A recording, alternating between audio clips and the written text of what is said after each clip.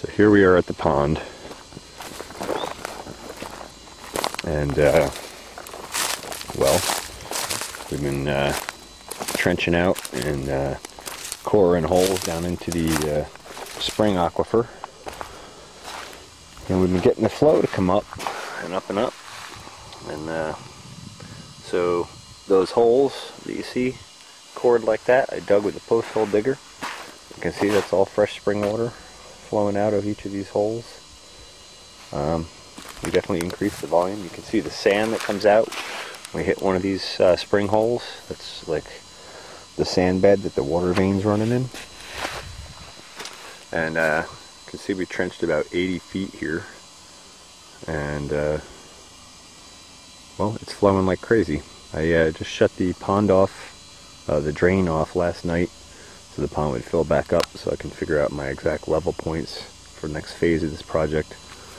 But I'd like to see it, and we'll take you down and I'll show you the new ram pump anchor that's in place, and how the progress is coming over there. Okay, you can see our water level is just about back up to the pipe. We had this drain down, this whole basin was empty, mud flat.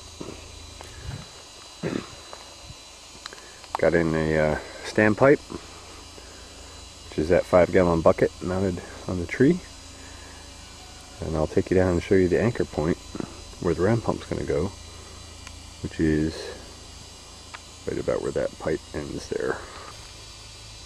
Alright, so this is the point where the ram pump will go. You can see the piece of barn beam my friend Hybrix Farmer brought me.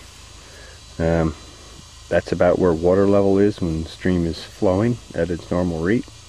So the ram pump is sitting right at stream bed level, and that gives us about 7 vertical foot of drop from the pond to here, which should give us plenty of water and pressure. We should be able to actually produce up to about 50 psi from that. And you notice I put a big cross beam log in there and anchored that in. I also set a bunch of spikes in place and then kind of molded it back in with the clay, because when that pump gets going, that drive pipe is 33 feet long, 1.5 inches in diameter.